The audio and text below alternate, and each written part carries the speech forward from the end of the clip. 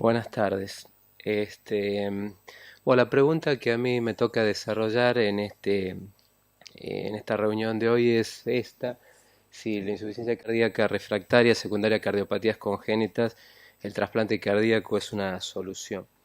Y bueno, yo vengo del palo de los adultos.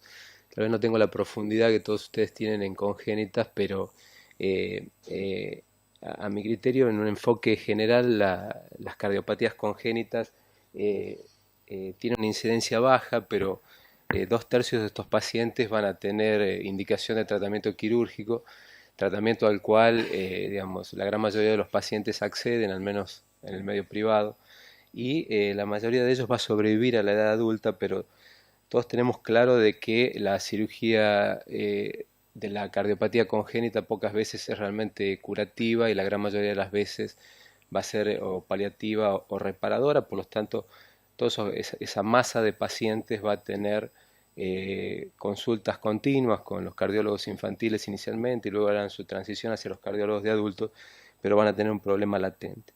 Y la población que va a caer en el análisis de los pacientes como candidatos a trasplantes o no, lo va a hacer en una etapa prácticamente terminal, luego de que haya pasado por todos aquellos tratamientos. Pero básicamente, en mi visión, uno puede ver pacientes que nunca fueron intervenidos quirúrgicamente, y de allí serán pacientes que tengan cardiopatías no diagnosticadas en las etapas más tempranas, sean estos cortocircuitos como la CIA o los CIB, algunos Epstein o algunas transposiciones congénitamente corregidas, o Eisenmenger, que hayan optado por las modalidades de tratamiento conservador hasta agotar las posibilidades, o aquellos pacientes que hayan sido previamente reparados con procedimientos paliativos, o a consecuencia de su reparación inicial tengan un ventrículo derecho en posición sistémica, o pacientes que con una circulación de Fontan sea disfuncionante y no tengan opción a ninguna alternativa de reparación.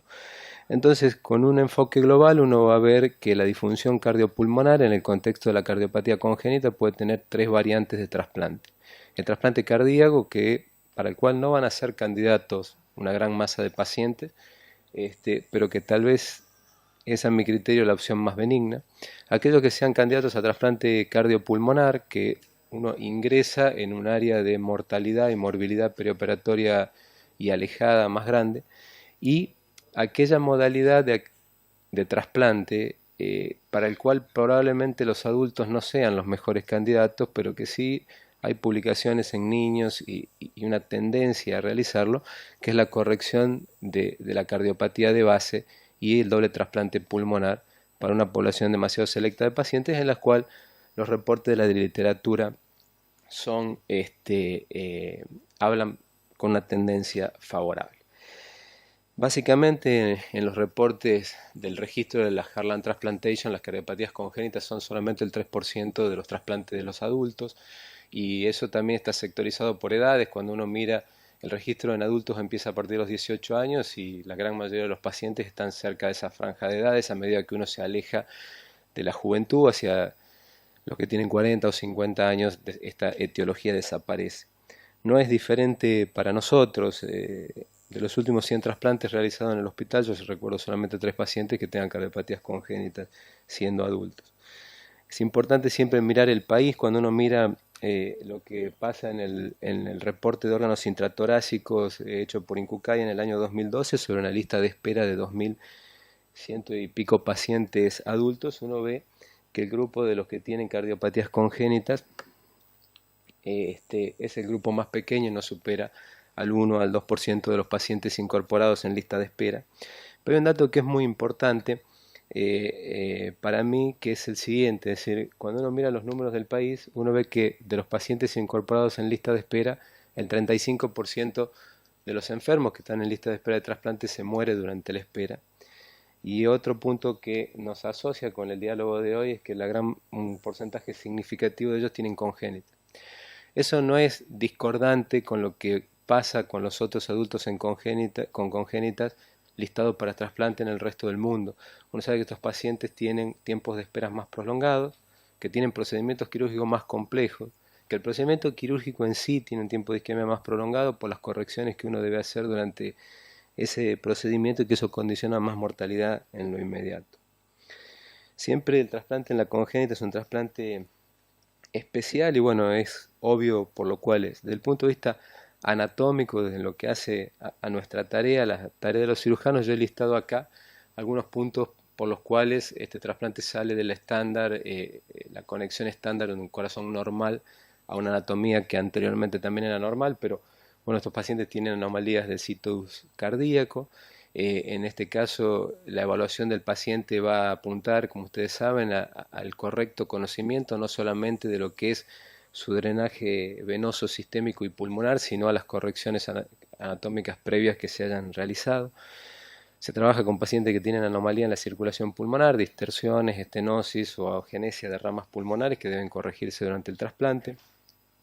Muchas veces el impacto de aquellos pacientes que tuvieron ciertas paliativas previas, o por ejemplo los pacientes con circulación de Fontana o que tuvieron Glenn previo, tienen anomalías venovenosas o arteriovenosas pulmonares que pueden condicionar sobrecarga y desaturación en el corazón trasplantado en forma inmediata, y eso es un factor de mortalidad importante porque el corazón adulto no tiene la misma tolerancia ni a la resistencia pulmonar ni a la hipoxia que lo tiene el corazón del niño. Entonces son puntos desfavorables para el trasplante cardíaco con esta patología, y el desarrollo de colaterales sistémico pulmonares o la presencia de shunt previo pueden condicionar sobrecarga de volumen al ventrículo izquierdo del corazón trasplantado, que como les acabo de decir, el corazón del adulto, dicho mal y pronto, se la banca menos que el del niño.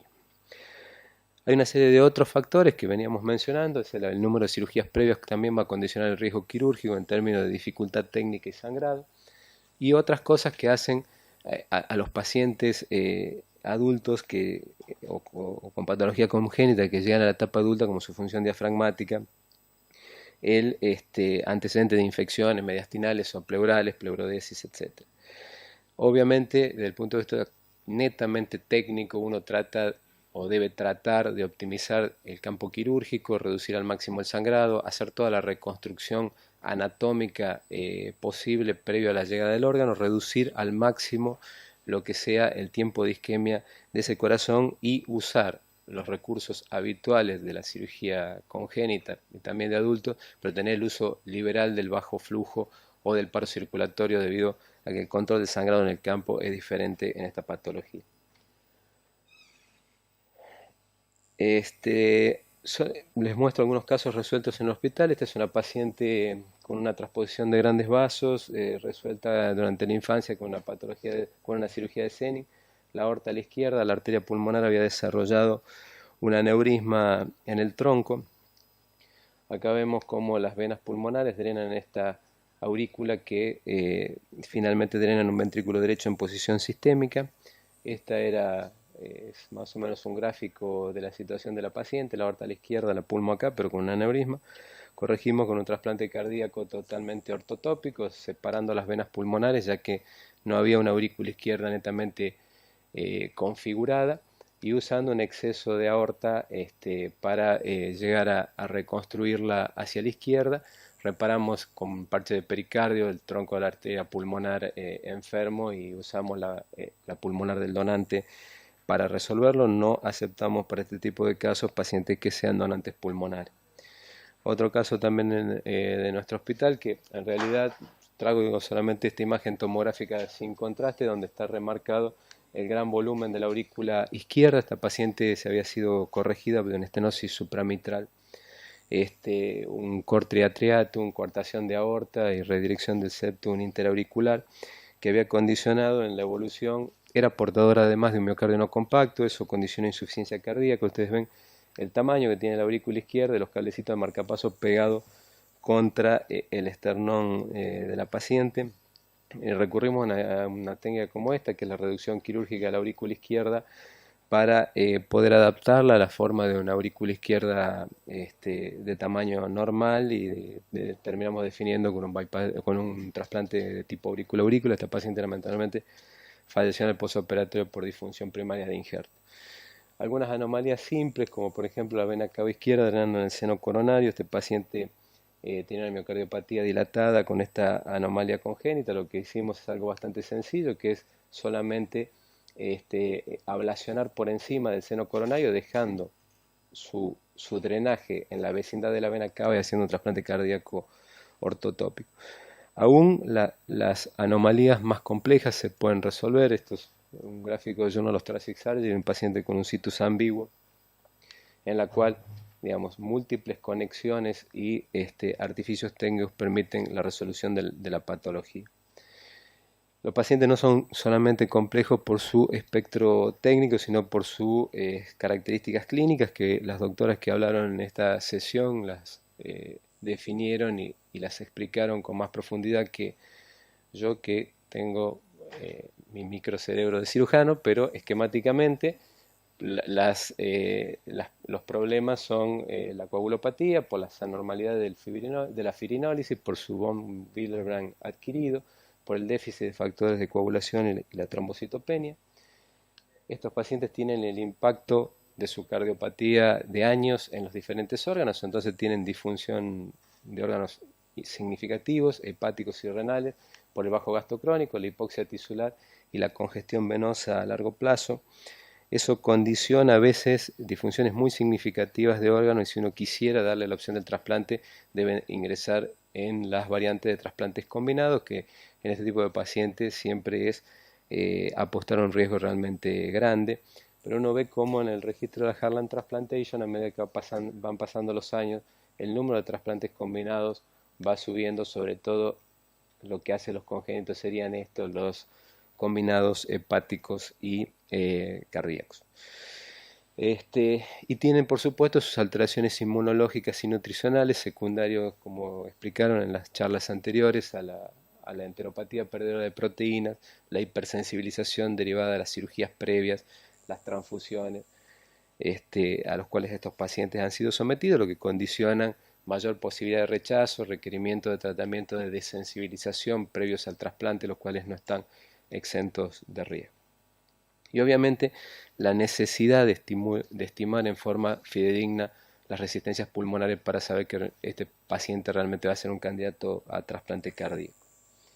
¿Qué resultados se pueden esperar? Bueno, yo creo que este es el punto más importante de esta conversación o de esta exposición, porque ustedes fíjense, el azul son los pacientes adultos trasplantados en el registro de las Heartland Transplantation, a los cuales reportan muchos centros del mundo, incluido todos los centros de Argentina. Entonces, ustedes ven que la caída de la sobrevida es muy importante en la etapa inicial, secundaria obviamente al procedimiento quirúrgico y a todo lo que eso significa. Pero con el paso de los años son los pacientes que mejor expectativa de vida tienen, mejor expectativa incluso que los idiopáticos, incluso que los isquémicos y de las causas, el resto de las causas más frecuentes de trasplante cardíaco. Tanto es así que si uno anula la mortalidad quirúrgica saliendo, digamos, tomando la sobrevida recién a partir del primer año, los congénitos están acá y son los pacientes que parecen tener mayor beneficio de sobrevida con trasplante cardíaco.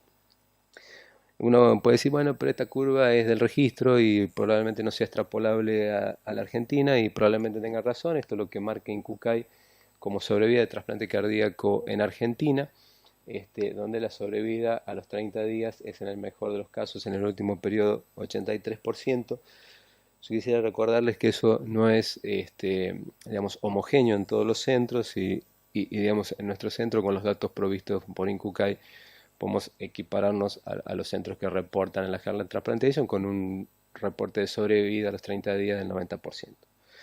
Cuando entramos en la variante del trasplante cardiopulmonar, la cosa cambia, pero como ustedes ven en este cuadro, las enfermedades cardíacas congénitas son la causa más frecuente de indicación de trasplante cardiopulmonar. El 35% de los cardiopulmonares se indican por esa causa.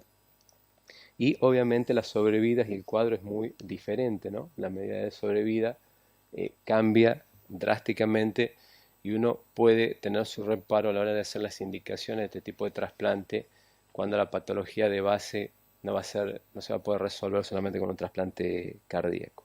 Y lo que decían recién las doctoras, o sea, pareciera que aún en este contexto, aquellos pacientes en los cuales la indicación es la cardiopatía congénita o la Eisenmenger, digamos, la pasan mejor o tienen mejores expectativas que aquellos pacientes en los cuales el trasplante cardiopulmonar se indica por hipertensión pulmonar idiopática. Para el caso de los trasplantes de pulmón, las cardiopatías congénitas son solamente el 0,9% de los pacientes, apoyando esa estrategia de tratamiento de corregir la cardiopatía de base hacia un trasplante de pulmón en aquellos pacientes que tienen hipertensión pulmonar. Para concluir, yo creo que el trasplante cardíaco es la indicación de tratamiento, es el tratamiento de elección en los pacientes con miocardiopatías terminales. No creo que la población portadora de cardiopatías congénitas se le deba negar esa posibilidad. Creo que son los pacientes que tienen más riesgo perioperatorio, pero a su vez son los que mayor beneficio de sobrevida tienen a largo plazo, por eso uno debiera ofrecerles el tratamiento para aquellos pacientes que sean realmente refractarios. Muchas gracias por escucharme.